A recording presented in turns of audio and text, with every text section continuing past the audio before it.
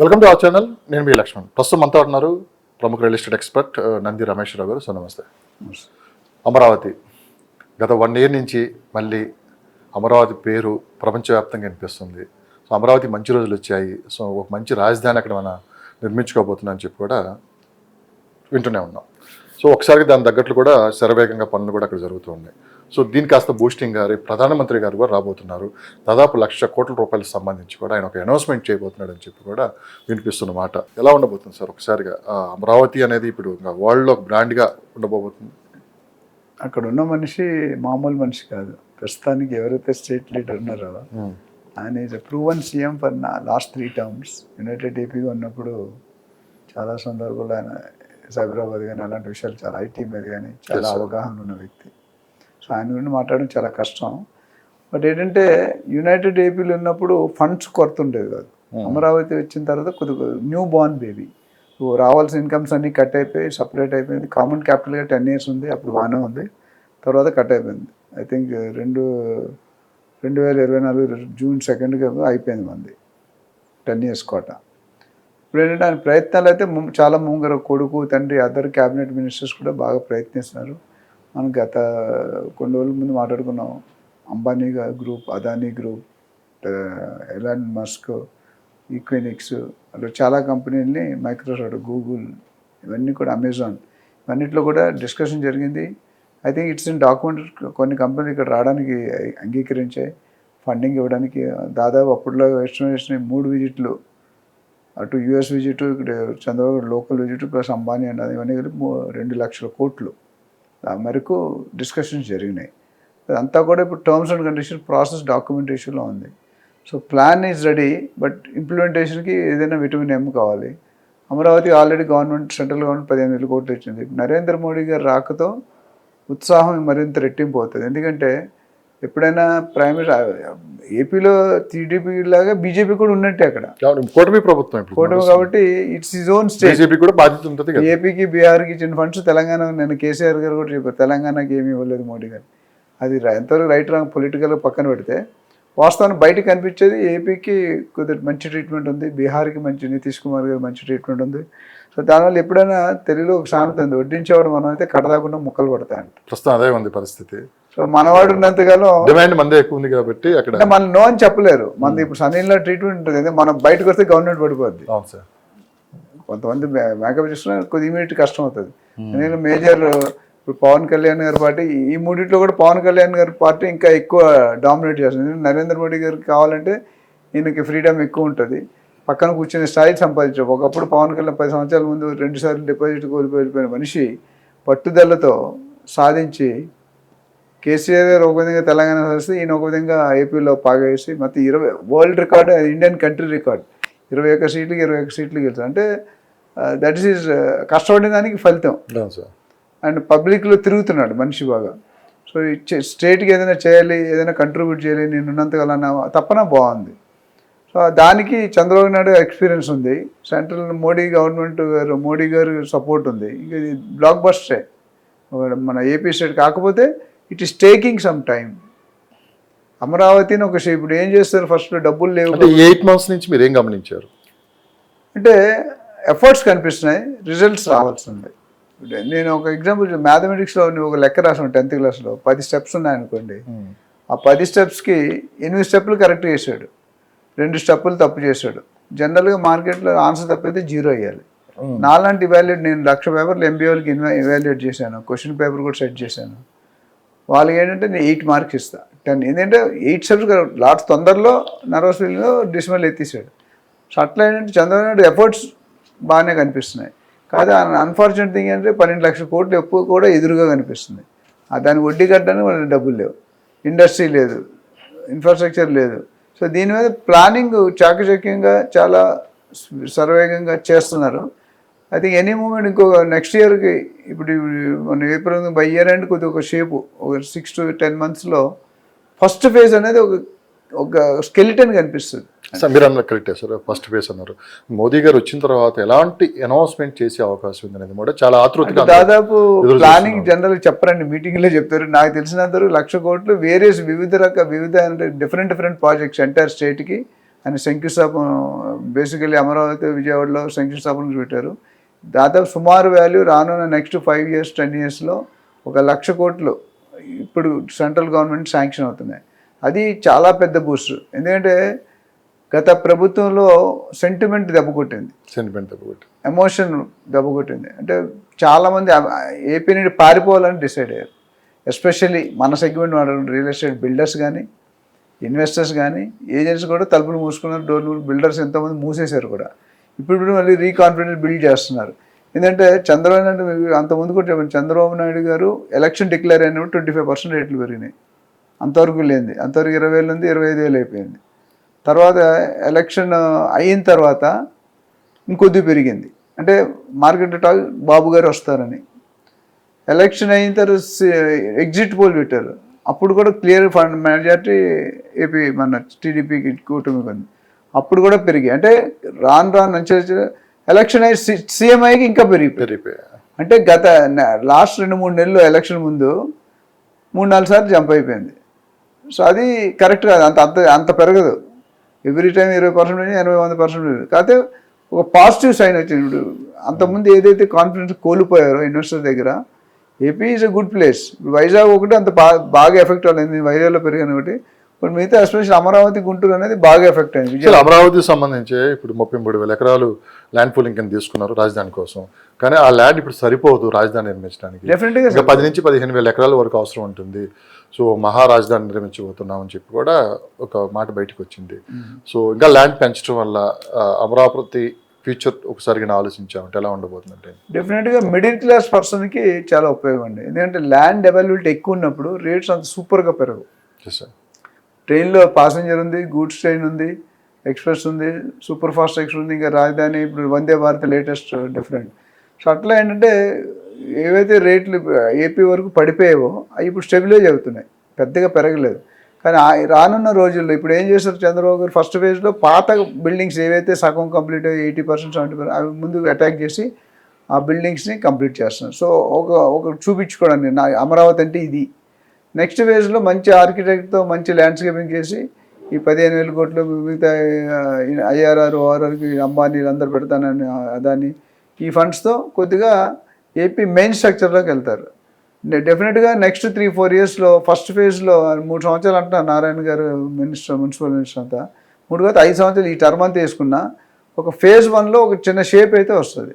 ఆ షేప్ వచ్చిన దగ్గర నుండి ఇన్వెస్టర్స్లో ఉత్సాహం బాగుతుంది. ఎవరైతే ఇప్పటికే వెళ్ళిపోయిన ఇన్వెస్టర్స్ అటు బెంగళూరు కానీ చెన్నై కానీ ఇటు పూణే హైదరాబాద్కి వచ్చిన అందరూ కూడా మళ్ళీ రీథింక్ చేస్తున్నారు, ప్రాజెక్ట్స్ ఇక్కడ చేయాలా అక్కడ చేయాలని, ఇక్కడ ఇన్వెస్ట్ చేయాలా అక్కడ ఇన్వెస్ట్ చేయాలా. సో అది ఉన్నప్పుడు ఏమవుతుందంటే మళ్ళీ తిరిగి రావడానికి కొంతమంది సన్నాహాలు చేసుకుంటారు. ఎందుకంటే మళ్ళీ పూర్వ వైభవం వచ్చే అవకాశాలు కనిపిస్తాయి. కాబట్టి దాంతోపాటు ఇప్పుడు నరేంద్ర మోడీ గారు రాక మాత్రం డెఫినెట్గా ఇట్స్ డబల్ బూస్టర్. క్రికెట్లో డబల్ స్పిన్ అటాక్ ఉంటుంది. డబల్ బూస్టర్ అంటే 6 కంటే 6 కాదు, సిక్సర్లే కొట్టినట్టు. ఎందుకంటే ఏపీకి ఇప్పుడున్న స్టేజ్లో 1,00,000 కోట్ల తాలూకా శాంక్షన్స్ అవుతున్నాయంటే ఇవాళ కాదు రేపైనా రావాల్సిందే కదా. అక్కడ సెంటర్లో వాళ్ళే ఉంటారు, లోకల్లో వీళ్ళు ఉంటారు. సో ఈ 1,00,000 కోట్లతో పాటు మిగతా ఇండస్ట్రీ నుండి 2,00,000 కోట్లు మాట్లాడుకున్నాం, ఇంకో 1,00,000 కోట్లు మిగతావన్నీ ఉంటాయి. సో 4-5 లక్షల తాలూకా కలెక్షన్ అయితే డెఫినెట్గా దాని మీద ఇంపాక్ట్ ఉంటుంది. ఇంపాక్ట్ ఉన్నప్పుడు ఏదైతే జనాలు విడిచి వెళ్ళిపోయారో వాళ్ళు వస్తారు. ఇన్వెస్ట్మెంట్ స్లోగా ఇప్పుడు స్టార్ట్ అయింది. పెద్ద నాకు తెలిసి capital access road, street access రోడ్లో మెయిన్ రోడ్ ఏదైతే గవర్నర్ బంగ్లా, కోర్టు, జస్టిస్ ఇవన్నీ IAS ఆఫీసర్ ఇవన్నీ ఏమవుతున్నాయో అది 50-60 వేలు గజం నడుస్తుంది. ఒకప్పుడే 30,000 పడిపోయింది, 25,000 కానీ ఎవరు కొనేవాళ్ళు కాదు. నాకు తెలిసిన ఒక ఇన్వెస్టర్ జగన్మోహన్ రెడ్డి గారి టైంలో 30,000 పెట్టుకొని 70,000 పెట్టుకొని 35,000కి అమ్మేశాడు అని. 5 సంవత్సరాల తర్వాత ఎక్స్ట్రా కమ్మాలి, లాస్ కమ్మేశాడు. ఎందుకంటే రేట్లు అలా పడిపోయాయి. ఇప్పుడు ఏమైందంటే ఆ పడిపోయిన దగ్గర మళ్ళీ కింద నుండి పడిపోయి లేచి నడుస్తూ ఉంది, నడిచే పరిగెట్టే స్టేజ్ వస్తుంది. దానికి కొద్దిగా వెయిట్ చేయాలి, మనం అనుకోగానే ఇమీడియట్గా. సో ఇప్పుడు ఎవరైనా ఇన్వెస్ట్ చేసుకున్నా, ఇందాక నేను అక్కడ శ్రీశైలంకి ఏదైతే చెప్పాను 4 సిటీకి, ఇక్కడ కూడా you should have little patience. Impatient ఉంటే కాదు, డెఫినెట్గా అవుతుంది. నాకు తెలిసి ఈ 5 years అయిపోయేలోపు ఒక అమరావతి ఒక షేపు, ఒక పేరు, ఒక నేమ్ వచ్చేస్తుంది. నేను అక్కడ చాలా డెవలప్మెంట్ ఇన్ఫ్రాస్ట్రక్చర్ మీద ఫోకస్ చేశారు, ఇండస్ట్రీ మీద ఫోకస్ చేశారు, ఫండింగ్ మీద ఫోకస్ చేశారు. ఫండింగ్ వచ్చిందంటే ఇలా వేల ఎంప్లాయ్మెంట్ వస్తుంది. ఎంప్లాయ్మెంట్ వచ్చిందంటే శాలరీస్ వస్తాయి. శాలరీస్ వచ్చాయంటే బయింగ్ కెపాసిటీ కొనుక్కుంటారు. చుట్టుపక్కల రేట్లు ఎలా ఉన్నాయి సార్ అమరావతి చుట్టుపక్కల? అమరావతి అంటే కోర్ క్యాపిటల్ ఏరియా కాకుండా కోర్ క్యాపిటల్ ఏరియా కాకుండా మీరు 20 విజయవాడ, గన్నవరం, గుంటూరు. మెయిన్ విజయవాడ సిటీలో ఏం అంటే తక్కువేం లేవండి. ఇప్పుడు ఇవి చూసుకుంటే మీరు విజయవాడ, గుంటూరు, అమరావతి ట్రయాంగులర్ షేప్లో ఉన్నాయి. సో ఎస్పెషల్లీ అమరావతి ఇప్పుడు విజయవాడ ఆల్రెడీ కొద్దిగా డెవలప్ అయిపోయి ఉంది, కొన్ని ఇంకా డెవలప్ అవ్వాలి. గుంటూరులో కొన్ని ఉన్నాయి. But Amaravati brand new, total new, కొత్త డెవలప్మెంట్. అమరావతి నుండి 30-40 కిలోమీటర్స్ వైపు చుట్టుపక్కల మీకు డెవలప్ అవుతుంది.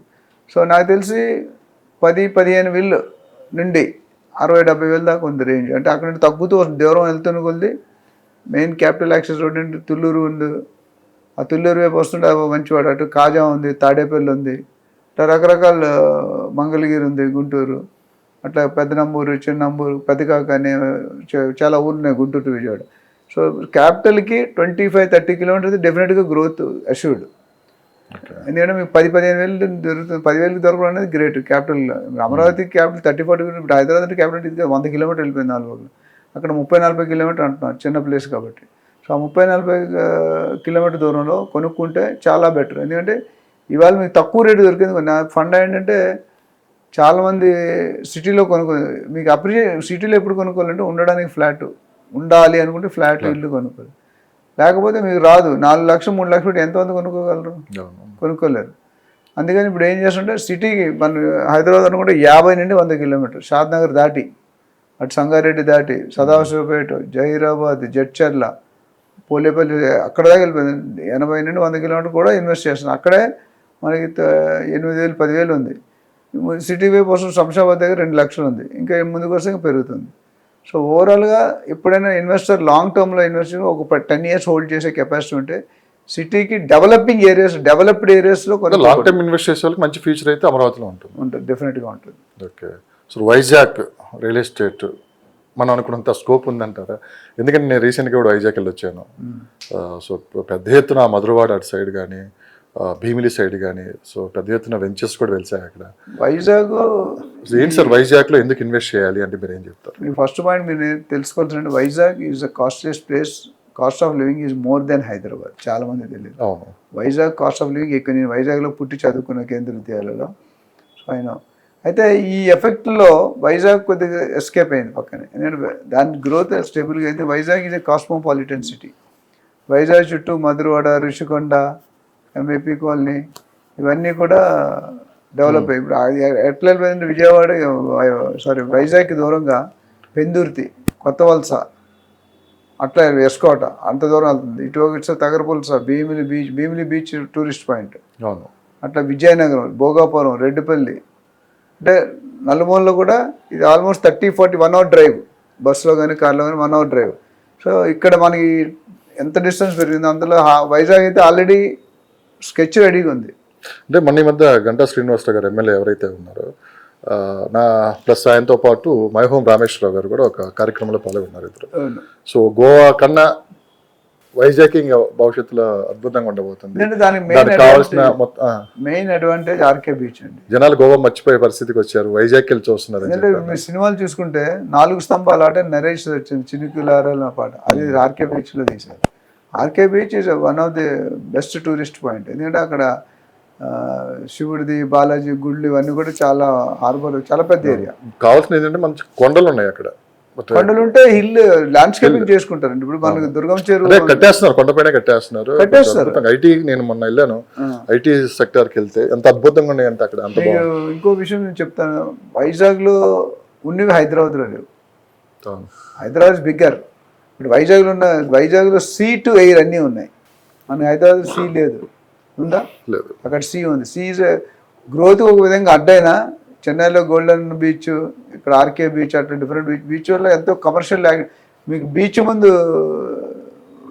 లాడ్జెస్ కానీ హోటల్స్ కానీ ఉంటాయి కదా, చాలా కాస్ట్లీ. మీకు బీచ్ వ్యూ కోసం డబ్బులు ఇస్తారు. పూరి జగన్నాథ్లో లేక్ వ్యూకి, మనకు కూడా లేక్ వ్యూ అనే కాన్సెప్ట్ ఉంది మణికొండలో.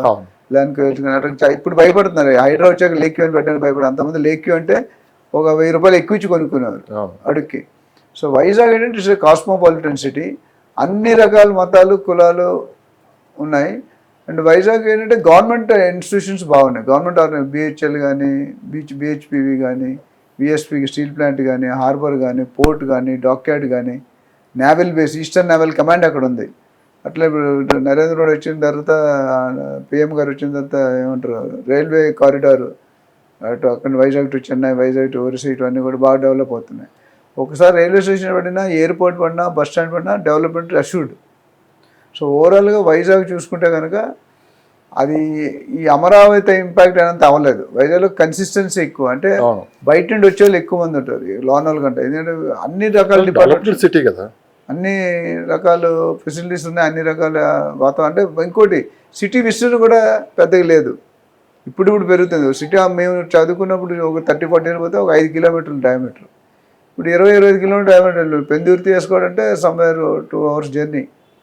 సో అంతవరకు వెళ్ళిపోయింది ఎక్స్టెండ్. అక్కడ మీకు తక్కువలో దొరుకుతున్నాయి. వేపగుంట, గోపాలపట్నం, వేపగుంట, పెందుర్తి, అటు కొత్త వలస అట్లా ఉంది. కొత్త వలస కూడా ఒక విలేజ్ కింద ఉండేది. హైదరాబాద్ అమరావతితో పోల్చుకుంటే వైజాగ్ రేట్లు తక్కువ ఉన్నాయా, ఎక్కువ ఉన్నాయా? వైజాగ్లో కొద్దిగా ఎక్కువనే ఉంటాయండి, హైదరాబాద్ కన్నా ఎక్కువ ఉంటుంది. ఇప్పుడు ఎందుకంటే అమరావతి, వైజాగ్ యాక్చువల్లీ ఇప్పుడు నుండి డెవలప్ అయింది. అమరావతి ఇప్పుడు డెవలప్ అవుతుంది. కాబట్టి ఎప్పుడు కూడా డెవలప్డ్ ఎప్పుడు కాస్ట్ ఉంటుంది, డెవలపింగ్ తక్కువ ఉంటుంది. మన అమరావతి అంటే డెవలపింగ్ స్టేజ్లో ఉంది, అండర్ డెవలప్మెంట్ కానీ స్టార్ట్ అయింది. సో ఒక నెక్స్ట్ 10 years పోతే ఇది కూడా మించిపోవచ్చు రేట్లు. వైజాగ్లో 2 costly ఉంది. మెయిన్ రోడ్, మేము జగదాంబ సెంటర్ అంటే వైజాగ్ అనగానే అందరు గుర్తొచ్చే జగదాంబ. అక్కడ మీకు ల్యాండే దొరకదు. ఇప్పుడు మీకు హైయెస్ట్ వాల్యూ ఎంత తెలుస్తుంది హైదరాబాద్లో? ల్యాండ్ రేటు గజానికి 5 లక్షలు, 10 లక్షలకు ఏరియా కూడా ఉంది మీకు. గజం చాలా మంది తెలియదు, గజం 10 లక్షలకు అమ్ముతారు. ఎక్కడో తెలుసా? ఉస్మాన్ గంజ్, గోషామాయలు, అక్కడ గజం 10 లక్షలు. అట్లానే ఇక్కడ ముండా మార్కెట్, తవా బజార్ అంటే అక్కడ గజం 8-10 లక్షలు. ఎందుకంటే అక్కడ షాప్, చిన్న షాప్ ఉంటుంది, 50 అడుగులు 100 అడుగుల షాపు, అందులో కోట్లు టర్న్ అవుతుంది. ఆ ప్లేస్ దొరకదు అక్కడ. మీరు ఎప్పుడైనా వెళ్ళి చూడండి, 2 చిన్న ఒక బెడ్రూమ్ అంత ఉంటుంది ఆ ఏరియా, అందులో కోట్లు. అంటే అక్కడ మోనోపోలి అంటే ఒకటే ఐటమ్ 2 items అమ్ముతాడు, అన్నీ అమ్మడు. చీరలు అమ్మేవాడు చీరలు అమ్ముతాడు, టవల్స్ అమ్మేవాడు టవల్స్ అమ్ముతాడు. అట్లా ఒక ఐటమ్ రేట్ బార్గెన్ ఉండదు. వాళ్ళు బిజినెస్ కల్చర్ ఎట్లా అంటే నాకు వచ్చిన కాస్ట్ 15% వేసుకోవాలి, 20% అంతే ఉంటుంది. నువ్వు అడిగినా కూడా అడగపోయినా, నువ్వు ఇష్టం ఉంటే కొను, కష్టం అయితే వెళ్ళిపో. అందుకని అక్కడ బిజినెస్ అప్పుడు దొరకదు, ప్లేస్ దొరకదు. అందుకని అంత కాస్ట్. పేపర్లో కూడా వచ్చింది 10 లక్షలు గజం. సో అది డిఫరెంట్ కమర్షియల్. మీరు చెప్పేది 3-4 లక్షలు మనం మాట్లాడుకుంది రెసిడెన్షియల్ అండ్ కమర్షియల్. జూబ్లీహిల్స్ కానీ బంజారా మీరు కూర్చొని ఏరియా మొన్న లేటెస్ట్గా డీల్ అయింది 3.8 lakhs per yard అయింది. కానీ రీసెంట్గా వైజాగ్లో కూడా విల్లా ప్రాజెక్టులు బాగా పెరిగిపోయాయి. విల్లా ప్రాజెక్టు విల్లా వచ్చేసి దాదాపు 10 కోట్ల రూపాయలు ఉన్నది. ఏరియాస్ కొన్ని ఉన్నాయి కదా. ఇప్పుడు నేను చెప్పిన ఏరియా జగదాంబ, అటు ఆర్కే బీచ్, చిన్న వాల్టేరు, పెద్ద వాల్టేరు, ఋషికొండ, మధురవాడ, మామూలుగా పూర్తి ఎంఈపీ కాలనీ. ఎంఈపీ మనకు బంజారా హిల్స్ ఎట్లా, అక్కడ ఎంఈపీ కాలనీ అట్లా మొబైల్ వానపాలెం అంటారు. ఒకప్పుడు బ్రాండ్, మేము చదువుకున్నప్పుడు బ్రాండెడ్. ఎంఈపీలో ఇల్లు ఉంటే బంజారా హిల్స్ ఇల్లు అంత ఇది ఉండదు. అది ఇప్పటికే అది ఎందుకంటే అటుపక్క సిటీకి దగ్గర ఉంది, డెవలపింగ్ అయ్యే సిటీకి. అది మళ్ళీ జూ పార్క్ కనెక్ట్ అవుతుంది. జూ పార్క్ సింహాచలం ఒక సర్కిల్ బస్సు ఉండేది నెంబర్ 60. కాలేజీకి ఎక్కి మొత్తం తిరిగేవాళ్ళం. బస్ పాస్ ఉండేది అప్పుడు, ఎంతో 30 రూపాయలు నాకు గుర్తులేదు. మొత్తం నెల రోజులకి 10 రూపాయలు 15 రూపాయలు ఉంటుంది కాలేజ్. మొత్తం తిరిగేవాళ్ళం. అక్కడ ఎట్లా ఉంటే చెట్లకి మామిడికాయలు ఉంటే తెంపుకొని తినేవాళ్ళం, బస్సులో తెంపుకొని అలా ఉండేది. ఇప్పుడు కొంచెం తగ్గిపోయి ఆ ఫారెస్ట్ ఏరియా అంతా పోయింది. సో వైజాగ్ ఏంటంటే కాస్మోపాలిటన్. ఎందుకంటే అన్ని రకాల సెగ్మెంట్స్ ఉన్నాయి. లో సెగ్మెంట్ ఉంది, మిడ్ సెగ్మెంట్ ఉంది, హై సెగ్మెంట్. హైదరాబాద్లో కూడా ఉన్నా కానీ వైజాగ్లో ఉన్నవి కొన్ని లేవు. అది వైజాగ్లో ఏమంటే సీ టు ఎయిర్ ఫోర్స్ నుండి సీ వరకు అన్నీ ఉన్నాయి. ఇక్కడ నేవల్ బేస్ పెద్ద లేదు, ఆర్మీ ఉంది. అట్లనే గవర్నమెంట్ పబ్లిక్ సెక్టర్లో చూసుకుంటే అక్కడ ఎక్కువ ఉన్నాయి, పెద్ద పెద్ద ప్లాంట్స్ ఉన్నాయి. 1000 ఎకరాలు స్టీల్ ప్లాంట్ అంటే 1000 ఎకరాలు, 100 కూడా 1000 ఎకరాలు. సో మనకి కొన్ని ఉన్నాయి అక్కడ. Petroleum, HPCL, Bharat heavy plates and vessels, naval dockyard, NSTL అన్నీ కూడా పెద్ద బేస్ మాట. సో దాన్ని బట్టి చూసుకుంటే నాకు తెలిసి వైజాగ్లో స్టెబిలిటీ కొద్దిగా ఎక్కువ ఉంది. ఈ పడిపోయినప్పుడు అక్కడ పడిపోలేదు, పెరిగినంత కన్సిస్టెంట్గా పెరుగుతూనే ఉంది. తగ్గే సూచన. వైజాగ్ అంటే అందరికీ నచ్చిన ప్లేస్. ఎందుకంటే ఇప్పుడు రామారావు గారు వచ్చాక బాగా డెవలప్ చేస్తారు VMC, వైజాగ్ మున్సిపల్ కార్పొరేషన్. ఆ బీచ్ అంతా చాలా పాష్ ఏరియాలో చేసి మీకు చాలామంది ఆ బీచ్కి ఫేసింగ్ కొనుక్కోవాలనుకుంటారు. అక్కడ మీకు ఆల్మోస్ట్ 50% రేట్ ఎక్కువ ఉంటుంది. కొద్ది లాన్కి వెళ్తే తక్కువ ఉంటుంది, కొద్ది రోడ్ ఫేసింగ్ అంటే ఎక్కువ ఉంటుంది. ఎందుకంటే ఎవ్రీబడి వాంట్ వచ్చిన వ్యూ చూస్తారు. అక్కడ డిసైడ్ అంటే జంగు పెట్టేస్తాయి, ఇసుక ఎక్కువ ఉంటుంది కదా ఆ seashore. Then but still people like. Thank you sir, thank you so much.